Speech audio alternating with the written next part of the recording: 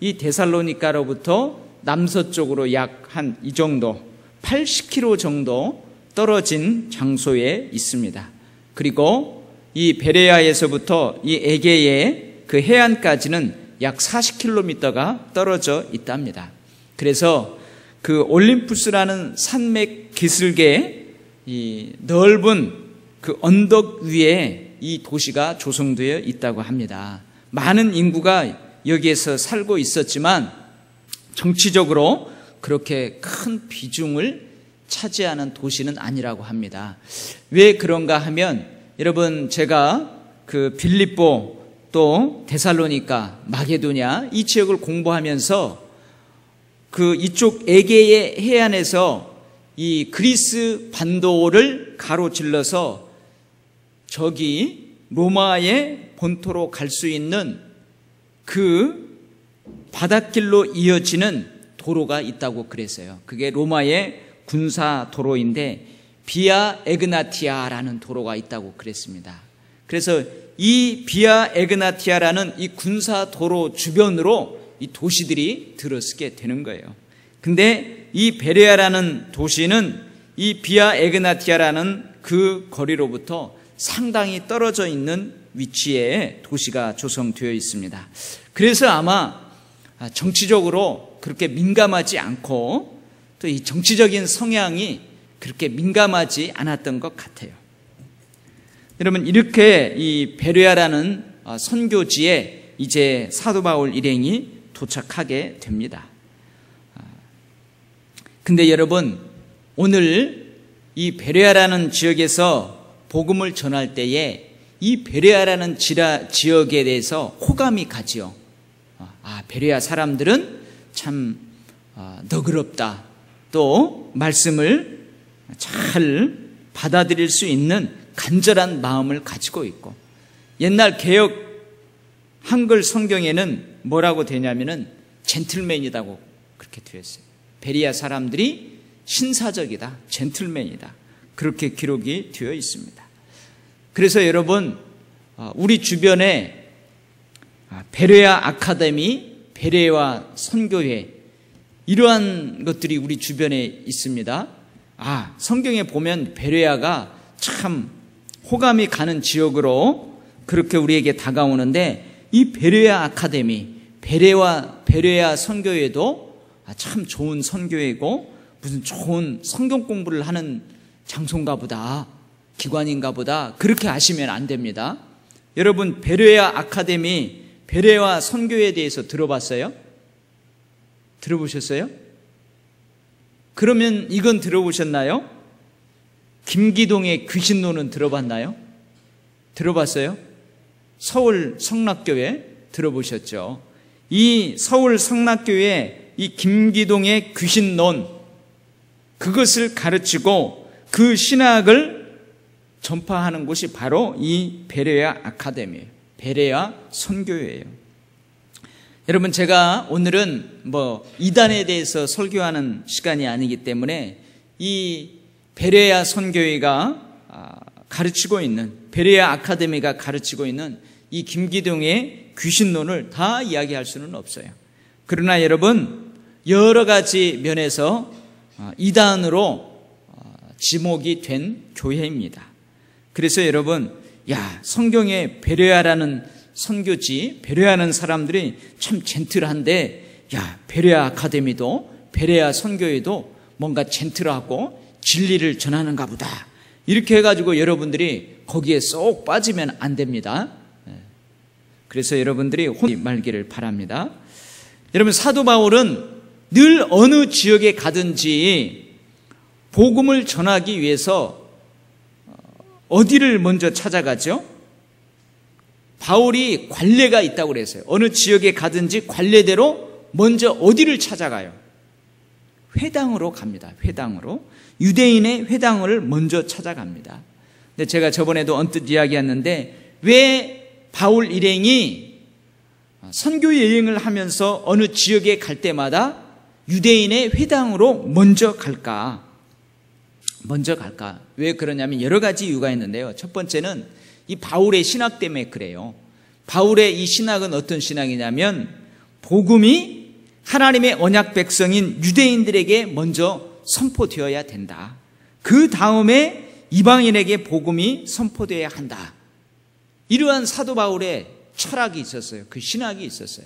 그래서 어디를 가든지 먼저 언약 백성인 자기 동족인 유대인들에게 먼저 복음을 선포해요. 근데 그 유대인들이 이 복음을 듣지 아니하면 어떻게 해요? 이방인에게 가는 거예요. 이방인들이 복음을 잘 받아들이니까 이방인 선교에 집중을 하는 거예요. 그러나 이방인 선교에 집중을 하면서도 늘 사도 바울은 자기 동족에 대한 부담감이 있어요. 유대인에 대한 부담감이 있어요. 그래서 늘 먼저 회당을 찾는 것입니다. 그 다음에 이 회당에 모이는 사람들은 유대인이든 아니면은 유대교로 개종한 이방인이든 아니면은 확실하게 유대교로 개종은 안 했지만 유대교에 대해서 호감을 갖고 있는 사람들, 그러한 사람들이 그 회당에 모이는 거예요. 그러니까 이러한 사람들에게 구약의 예언을 해석하면서 복음을 전할 때에 그 사람들이 받아들일 준비가 되어 있단 말이에요. 그래서 복음을 효과적으로 전할 수 있었기 때문에 늘 회당에 먼저 갑니다. 그리고 여러분, 사도 바울이 그 낯선 지역에 도착을 하게 되면 여러분 잠자리라든지 또 사도 바울은 특히 선교할 때 자비량 선교를 했어요. 자기가 일을 하면서 선교를 했단 말입니다. 그러니까 숙소도 마련을 해야 되고 또 어디 일하면서 선교를 할 수 있는지 또 일할 수 있는 것도 알아봐야 되고 그러는데 이러한 역할들을 어디가 하느냐? 회당이 하는 거예요. 유대인의 회당은 유대인들이 함께 모여서 예배하는 장소일 뿐만이 아니고 여행객의 숙소 역할도 했습니다. 유대인들이 그 지역에 와서 잠자리가 없으면은 그 회당에서 잠을 잘 수 있게 되었어요. 그리고 그 회당에서 유대인들을 위해서 서로 직업을 알선하는 그러한 역할을 이 회당이 감당을 했습니다. 그래서 사도 바울이 회당을 먼저 가는 거예요. 그리고 디아스포라 유대인들의 신앙의 중심지, 삶의 중심지가 회당이에요.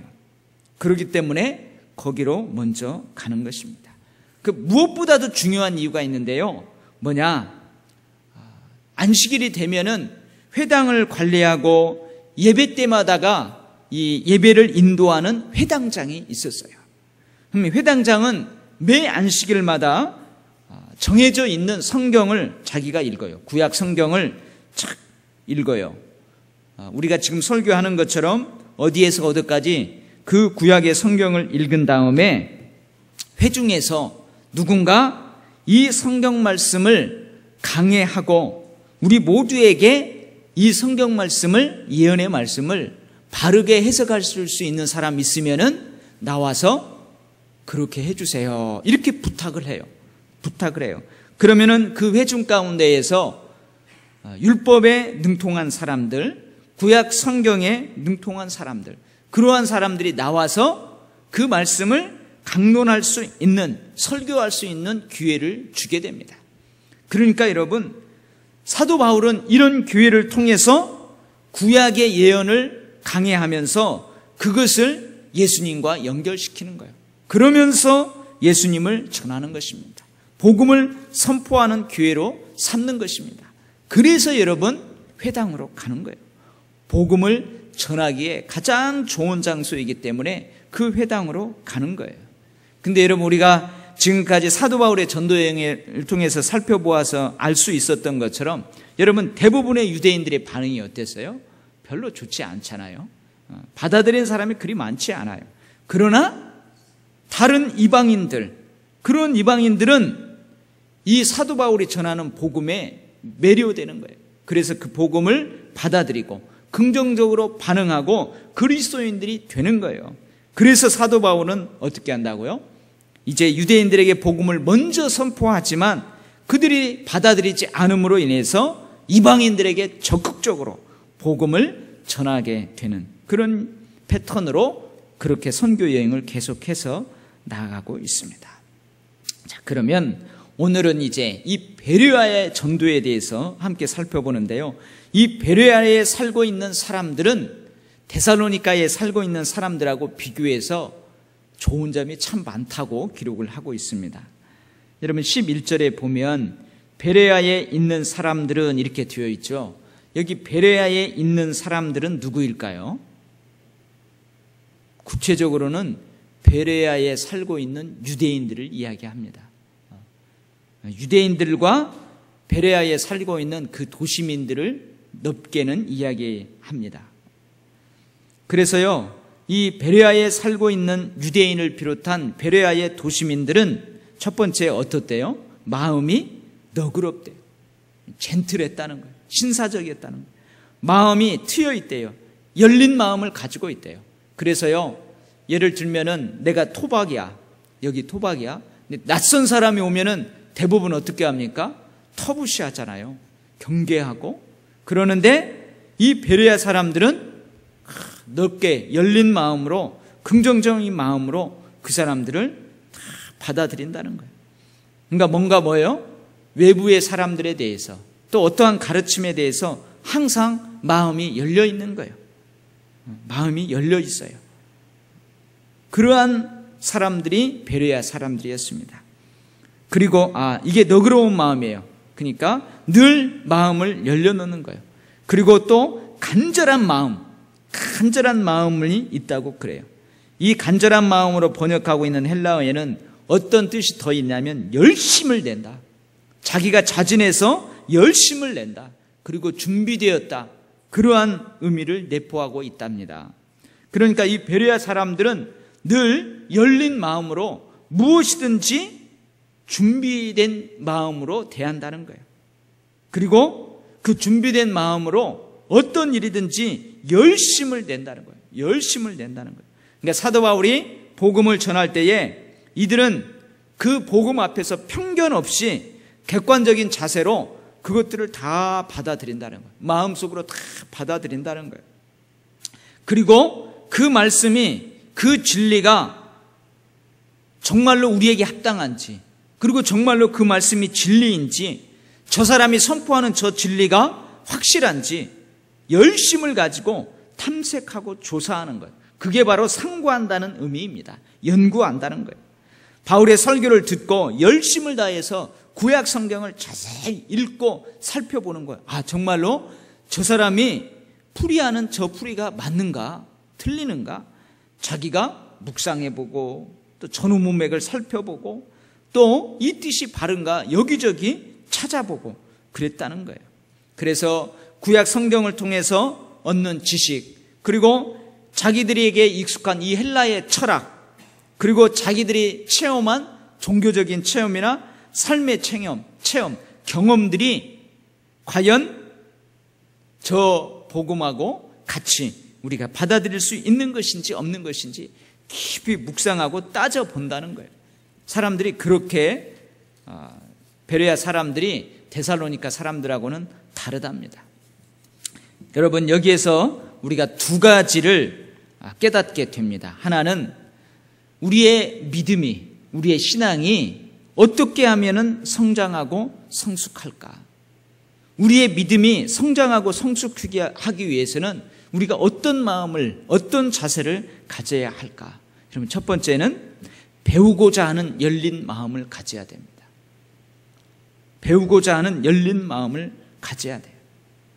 여러분, 비록 배울 것이 없는 사람, 배울 것이 없는 상황에서도 열린 마음을 갖고 무언가 거기서 배울 점들을 찾아보려고 긍정적인 마음으로 대하게 되면 여러분, 배울 것이 없는 사람에게서도, 배울 수 없는 상황에서도 반드시 배울 것이 있습니다.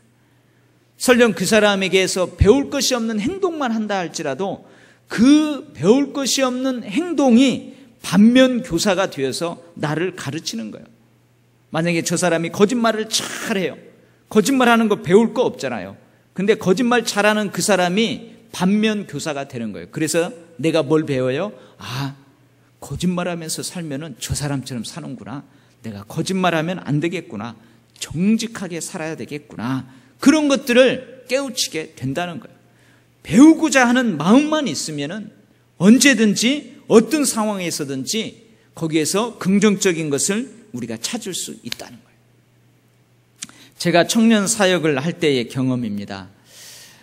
제가 청년 사역을 할 때에 청년 사역 전체를 이끌어가는 탑 리더로 세운 목사님이 한 분 계셨고, 그 목사님하고 함께 동역하는 각 부서의 전도사님들이 5분이 계셨어요.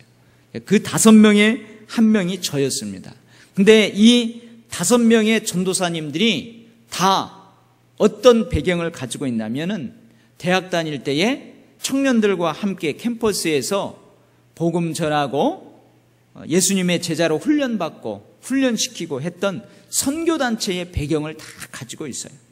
그래서 이 5명이 어떤 사람은 UBF라는, 어떤 사람은 ESF라는, 어떤 사람은 내비게이터라는, 어떤 사람은 YM이라는, 어떤 사람은 CCC라는, 어떤 사람은 조이라는 이러한 선교단체의 배경을 다 가지고 있어요. 거기에서 순장을 했든지 지도를 했든지 그 다음에 간사를 했든지 아니면은 거기에서 이렇게 전도사처럼 그렇게 일을 했든지 그런 선교단체의 배경을 다 가지고 있었습니다.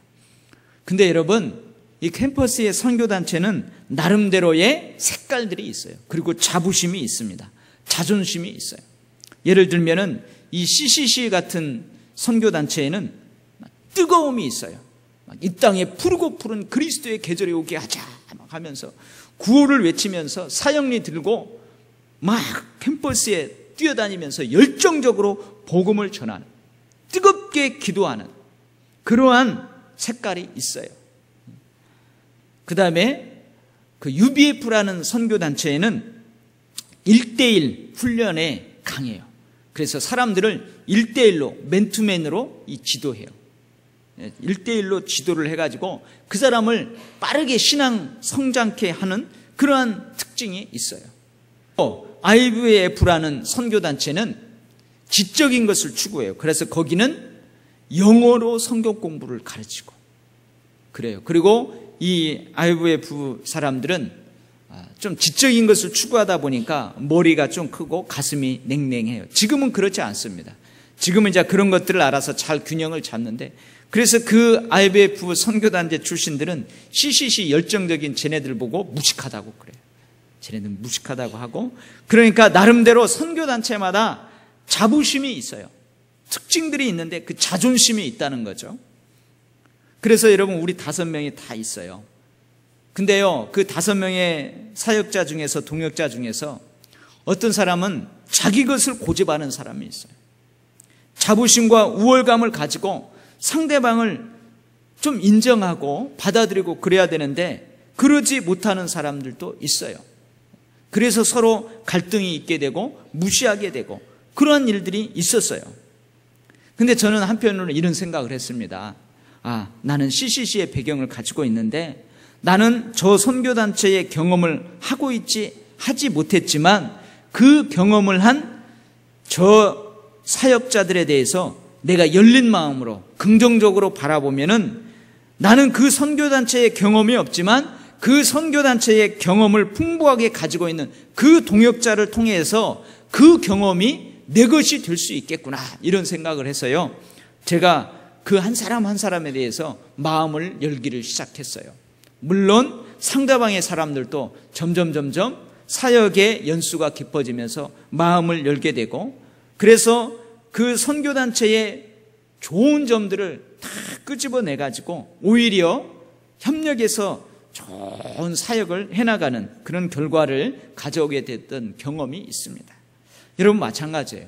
내 주변에 나하고 다른 사람들이 있을 수 있어요. 나하고 신앙적인 배경도 다 다르고 학벌도 다르고 살아온 문화도 다르고 삶의 배경도 다 다를 수 있어요. 그런데 내 것만을 고집하고 나에 대한 자존심, 우월감으로 상대방을 무시하고 상대방을 인정하지 않으면요, 상대방이 가지고 있는 좋은 것이 내게 절대 흘러올 수 없어요. 내 것만 고집하고 내 것이 최고인 줄 아는데요, 사실은 그렇지 않거든요. 그러나 여러분, 내 주위에 있는 사람들이 설령 내가 가지고 있는 것과 달라요. 나하고 색깔이 달라요. 그러더라도 그 사람들에 대해서 활짝 열린 마음을 가지면은 그 사람이 가지고 있는 좋은 것들이 내 것이 되는 것입니다. 이것이 바로 뭐예요? 지평이 넓혀지는 거예요. 지평이 넓어지는 거예요. 그럴 때 여러분, 신앙이 잘 성숙하게 돼요. 신앙의 지평이 넓혀지게 되는 것입니다. 근데 여러분, 내 것이야, 내 경험만이 최고야 하고 벽을 높이 쌓고 마음을 열지 않으면요, 우물안 개구리가 되는 거예요. 우물안 개구리가 되는 거예요. 절대 그 우물 안에서만 성장하고 성숙하는 거지 그 우물 안을 벗어나지 못하는 거예요. 여러분, 늘 활짝 상대방에 대해서 열린 마음을 갖기를 바랍니다. 그러면 여러분들의 영적 안목이, 신앙의 지평이 넓혀질 줄 믿습니다.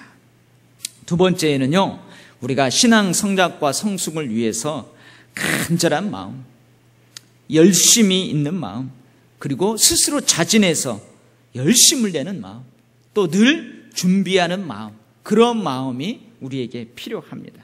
여러분, 마태복음 13장에 보면 4가지 밭의 비유가 나와요.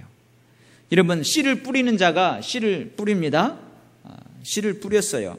근데 어떤 씨는 길가에 떨어졌어요. 어떤 씨는 흙이 얇은 돌짝밭에 떨어졌어요. 어떤 씨는 가시덤불에 떨어졌어요. 근데 어떤 씨는 좋은 땅에 떨어졌어요. 그러니까 여러분, 이 밭이 다 따로따로 있는 게 아니에요. 여러분, 우리 교회 나가다 보면은 이 농부가 쟁기질을 하잖아요. 그러면은 이 주변에 밭두럭에 거기는 쟁기질을 하지 않고 사람들이 다니기 때문에 단단한 길처럼 이렇게 굳어져 있는 그 영역이 있어요. 그 밭에.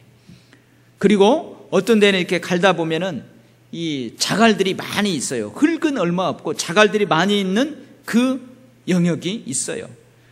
그리고 어느 때는 거기에 풀도 뽑아주고 잡초도 뽑아줘야 되는데 어느 영역은 그러지 못해서 풀이 무성하고 잡초가 무성한 그런 데도 있어요. 근데 어느 데는 땅을 잘 갈아엎어가지고 좋은 땅의 영역이 있다는 거예요. 여러분, 30배, 100배, 60배, 30배의 결실을 맺는 땅은 어디예요? 좋은 땅입니다. 예수님이 이 비유를 하신 다음에 좋은 땅에 대해서 어떻게 해석을 하느냐? 말씀을 듣고 깨닫는 자라는 거예요. 열심히 있는 사람, 늘 준비하는 사람, 그리고 내가 스스로 뭔가를 얻어야 되겠다 자원하는 사람, 사모하는 사람, 그러한 사람은 환난, 박해, 세상의 염려, 재물의 유혹을 충분히 물리치고 성장합니다. 자라갑니다. 그리고 결국은 좋고 많은 열매를 맺게 됩니다.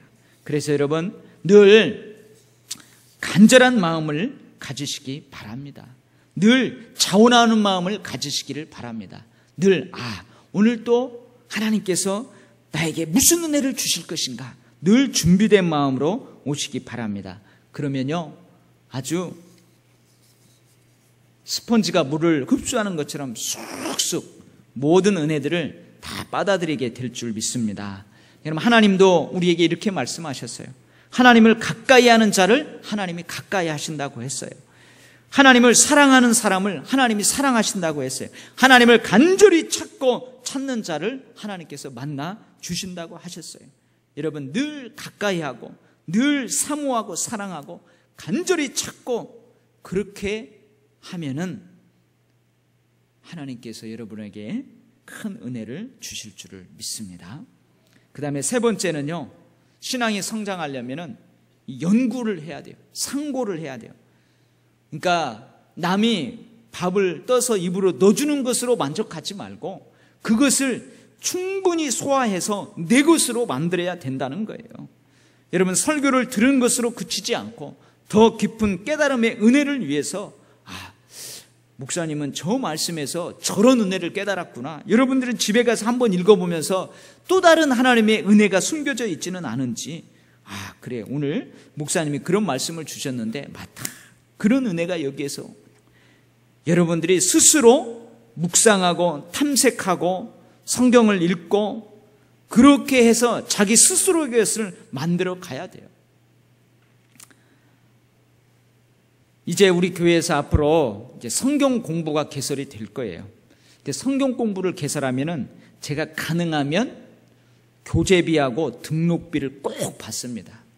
적은 돈이라도 교재비와 등록비를 꼭 받아요. 단돈 5,000원이라도 꼭 받습니다. 그래서 제가요, 강사료로 다 챙깁니다. 간식비도 하고 교재비도 합니다. 왜 그럴까요? 제가 강사료 챙기기 위해서 그럴까요? 제가 돈 욕심이 있어서 그럴까요? 그렇지 않아요. 나의 것이 투자되었기 때문에 여러분 소중하게 여깁니다. 그런데 공짜면 그리 소중하게 여기지 않습니다. 여러분 만약에 제가 구약 맥잡기라는 성경 공부를 개설을 딱 했어요. 그리고 여러분 제가 등록비 5만 원을 받았다고 한번 생각해 보세요. 그래서 13주간 강의를 합니다. 그러면 여러분 빠질 사람 있어요? 하루도 안 빠질 거래요. 왜 그래요? 5만 원이 아까워서 못 받는 거예요. 여러분 대학생들이 등록비가 엄청 비싸잖아요. 내가 만약에 MT를 가는데 의무적으로 MT 비용을 10만 원씩 냈어요. 그럼 MT 빠질까요? 물론 교회에서 무슨 행사가 있으면 그 10만 원 버리고 빠겠지만 안 빠질 거래요. 어쩌면은 청년부 모임에 빠지고 그 MT에 가기도 쉬워요. 왜 그래요? 나의 것이 투자되었기 때문에 그래요. 나의 것이 투자되었기 때문에 그래요. 근데 공짜면 사람들이 그렇게 중요하게 생각지 않아요. 여러분, 제가 등록비를 받지 않고 성경 공부를 하면 몇 주 가다 보면은 나에게 급한 일이 생기고 또 성경 공부가 지루하고 따분하고 그렇게 되면은요, 슬슬 빠져요. 공짜인데 뭐 손해볼 거 없잖아요. 믿져야 본전이기 때문에 빠는다는 거예요. 그래서 여러분 제가 교재비, 등록비를 다 받습니다. 물론 받은 선물도 소중하지만 여러분 고생하면서 이루어 놓은 것, 힘겹게 많은 것들을 투자하고 많은 것들을 손해보면서 내 것으로 만들어 놓은 그것은 여러분 소중하게 여기는 것이 인지상정입니다. 마찬가지예요. 여러분, 우리가 주일학교나 중고등부 아이 때는요, 멋모르고 교회에 나옵니다. 멋모르고 교회에 나와요. 우리 부모님이 직분자니까 나오는 거예요. 우리 전도사님이 좋으니까 나오는 거예요. 예수님이 좋아서, 말씀 공부하는 것이 좋아서, 예배 드리는 것이 좋아서 그렇게 나오는 아이들은 드물어요. 누군가의 신앙을 통한 신앙 고백을 한다는 거예요. 친구들이 좋아서, 나를 가르쳐주는 선생님이 좋아서. 매 주일이면은 공학 공부 끝나고 선생님하고 함께 분식집에 가서 떡볶이 먹는 것, 그것이 좋아서 나오는 거예요. 근데 여러분, 그런 신앙이 오래가지 않잖아요. 근데 여러분, 청년 때에는요, 생각이 많습니다. 전도사님이 설교를 하잖아요. 그러면은 벌써 머릿속에서 핑핑핑핑 돌아가요. 야, 저거 앞뒤가 맞지 않는 설교인데? 아닌데? 하면서 어떻게 해요? 고민이 많아요. 집에 가서 성경을 찾아보는 거예요. 전도사님 분명히 틀리게 설교를 해서 내가 찾아봐야지. 비판적이에요. 냉소적이에요. 투쟁합니다. 고민합니다. 어떤 때는 밤새워 이리 뒤척 저리 뒤척 하면서 그 메시지에 대해서 고민하는 거예요. 그 이슈에 대해서 고민을 하는 거예요. 고민하면서 어떻게 해요? 자기 신앙을 만들어가는 거예요. 이제 누구누구를 통한 신앙이 아니고 내가 투쟁하고 내가 고민하고 내가 묵상하고 내 내면과의 싸움에서 만들어낸 신앙, 그 신앙이 귀한 거예요. 여러분, 그런 홍역을 치른 청년들은 쉽게 신앙을 저버리지 않습니다. 내성이 생기거든요. 신앙이 성장했거든요. 그래서 여러분, 연구하고 묵상하고 성경을 읽고 또 읽고 곱씹고 그래서 내 것으로 만드는 것이 중요합니다. 그런 사람이 뭐예요? 신앙이 성장하고 성숙하는 것입니다. 여러분, 어떤 것이든지 저것이 좋은 것이다 그러면은 여러분의 것으로 만드시기를 바랍니다. 투자를 하시기 바랍니다. 그러면 절대 여러분 그거 소중하게 여깁니다. 그 다음에 우리가 두 번째 적용을 하게 되는데요, 지역사회를 위한 기도 제목을 우리가 여기에서 가지게 됩니다. 야, 베레아의 사람들이 그러했다는데 왜 데살로니가 사람들은 그러하지 못했을까? 그러면서 이 지역사회를 위해서 우리가 무엇을 기도해야 되는지 그것을 생각하게 합니다. 오늘 본문에서는 베레아에 살고 있는 사람들과 데살로니가에 살고 있는 사람들을 비교하고 있어요. 여러분, 데살로니가는 어떤 도시라고 그랬어요? 마게도냐 영토의 심장부라고 그랬어요. 비아 에그나티아 그 도시 주변에 세워져 있는, 그래서 육로와 해로를 연결시켜주는 마게도냐의 심장부가 바로 이 데살로니가예요. 그리고 이 데살로니가는 로마의 식민지가 아니고 자유도시예요. 로마가 자유도시로 인정을 해줬어요. 그래서 자유시민의 특권을 가지고 그 도시민들이 살아가고 있어요. 근데 이 베레아는 산맥 기슭에 조그마한 언덕에 위치한 소도시예요. 그리고 이 비아 에그나티아라는 그 중요 도로에서부터 또 멀리 떨어져 있어요. 많은 인구가 살고 있지만 그렇게 눈여겨보는 도시가 아니에요. 그러니까 여러분, 사도 바울이 이 도시로 안 왔을 가능성이 많아요. 사실은 이 도시를 그냥 스쳐 지나갔을 가능성이 많아요. 그런데 데살로니가 사람들이 때를 지어서 목숨의 위협을 느끼니까 데살로니가에서 복음을 받아들인 사람들이 이 가까운 베레아로 이도를 했던 거예요. 그러니까 이 베레아에 도착했으니 여기에 왔으니 복음을 전해야 되겠다 그러는 거예요. 사실은 그렇게 비중이 있는 도시가 아닙니다. 정치적이지 않은 도시라는 것이죠. 여러분, 분명한 차이가 있습니다. 누리는 문화적, 경제적 혜택이 분명히 달랐을 것입니다. 여러분, 그래서 우리가 이 지역사회를 위해서 기도를 해야 되는 것입니다. 이 지역사회의 행복을 위해서 우리 교회가 기도를 해야 돼요. 여러분, 제가 이 지역사회의 행복을 위해서, 이 지역 주민들을 위해서 우리 교회가 그들에게 어떤 교회가 되었으면 좋겠다 하고 늘 기도하는 그 기도 소리를, 기도의 제목들을 여러분들도 알고 있을 거예요. 제가 늘 기도하잖아요. 하나님, 이 지역사회의 영적 흐름을 주도하는 우리 도일교회가 되게 해주십시오. 이 도일교회 성전에서 은혜를 받고 변화를 받고 능력을 받은 우리 도일교회 성도 한 사람 한 사람이 이 지역사회에서 흩어져서 살아가면서 그 지역사회에 선한 영향력을 끼침으로 이 지역사회의 영적 흐름을 주도하는 우리 도일교회가 되게 해주세요. 그리고 늘 기도하잖아요. 예수 믿는 사람들이 많아지게 하옵소서. 하나님의 주권을 인정하는 사람들이 많아지게 하옵소서. 하나님을 믿지 않지만 그래도 하나님을 두려워하면서 하나님의 공의와 정의를 실천하며 살아가는 사람들이 많아지게 하옵소서. 대문마다 다 우리 도일교회 교회가 아닐지라도 이 지역에 있는 많은 교인들의 교회가 날로 들어가서 예수 믿는 사람들이 많아지기를 위해서 제가 기도하고 있습니다. 그리고 또 기도 제목이 이 지역에 사는 사람들은 마음이 딱딱하게 굳어져서 강팍한 그 마음이 있는 사람들이 우리 교회를 통해서 마음이 부드러운 사람들로 변화되게, 범죄가 사라지게, 불미스러운 일이 일어나지 않는 지역사회. 그래서 우리 권사님 오늘 기도했던 것처럼 우리 아이들 객지에 있는데 밤길 다닐지라도 하나님이 늘 밝게 빛을 비추어 주심으로 나가도 들어가도 어느 때에 나가도 안전하고 평안할 수 있는 이 지역사회가 될 수 있도록. 그리고 무엇보다도 여러분, 제가 이 기도 제목을 여기에서 뽑았습니다. 사실은 이 기도는 제가 많이 하지 않았는데 하나님의 통치, 복음 전파를 방해하는 세력들이 이 지역에서는 사라지게, 이 지역에서는 이단과 사이비 종파들이 꿈틀대지 못하게 우리가 그것들을 위해서 기도해야 됩니다. 그래야 여러분, 우리 교회가 서 있는 이 지역사회가 베레아 사람들처럼 그렇게 아름답게 변화되는 거예요. 여러분, 이러한 기도는 정말로 중요합니다. 여러분, 우리 한 사람 한 사람이 이 지역사회를 위해서 그렇게 기도할 때에 과연 기도의 능력이 있을까요? 있습니다. 여러분, 제가 지금도 비디오 테이프를 가지고 있는데요, 그 비디오 테이프를 본 지가 오래되었어요. 근데 어느 한 도시에 범죄가 매일 밤 일어납니다. 청소년들이 마약에 찌들어서 삽니다.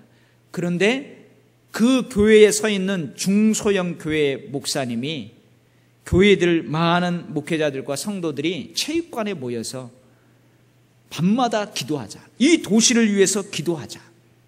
근데요, 놀라운 일이 벌어졌습니다. 그렇게 기도를 시작하고 한두 달이 지났을 때에 범죄율이 낮아집니다. 청소년들의 마약 투여하는 율이 낮아집니다. 여기저기서 일어나는 범죄가 점점 사라지게 되는 놀라운 일이 일어나요. 그래서 제가 그 비디오 테이프를 가지고 있어요. 제가 청년들을 지도할 때에 우리가 이 지역사회를 위해서 이렇게 기도하자. 그러면 하나님이 이 비디오 테이프에 담겨져 있는 이 기도의 응답의 능력이 우리를 통해서도 나타날 것이다. 그렇게 교육을 했던 기억이 납니다. 여러분, 결국 이 기도는 여러분 남을 위한 기도이지만 결국은 더불어 살아가는 나를 위한, 내 가정을 위한, 내 자녀들을 위한 기도가 되는 것입니다. 이 기도의 응답의 혜택을 내가, 내 가정에, 내 자녀들이 누리기 때문에 그렇습니다. 여러분 생각을 해보십시오. 우리가 하나님 앞에 간절히 기도하고 우리가 이 지역사회의 영적 흐름을 주도하고 예수 믿는 사람들이 많아지고 하나님을 경외하는 사람들이 많아져서 범죄가 사라지고 다 마음들이 부드럽고 너그럽고 친절하고 젠틀한 사람들로 변화되었다고 생각해 보세요. 우리 아이들 언제 어디를 가도 안심할 수 있어요. 평안할 수 있어요. 그것을 우리가 누리는 것입니다. 그래서 여러분, 오늘 짧은 본문이지만 이 두 가지를 함께 은혜로 나누었습니다. 하나는 어떻게 하면 나의 신앙이 성장하고 성숙할까? 나의 신앙 성장과 성숙을 위해서 내가 어떤 자세를 가져야 될까? 그것을 은혜로 함께 나누었습니다. 그리고 하나, 우리가 살아가는 이 지역사회를 위해서 우리가 어떤 기도 제목으로 기도를 해야 되는지, 우리가 기도해야 되겠구나, 그것들을 은혜로 우리가 함께 받았습니다.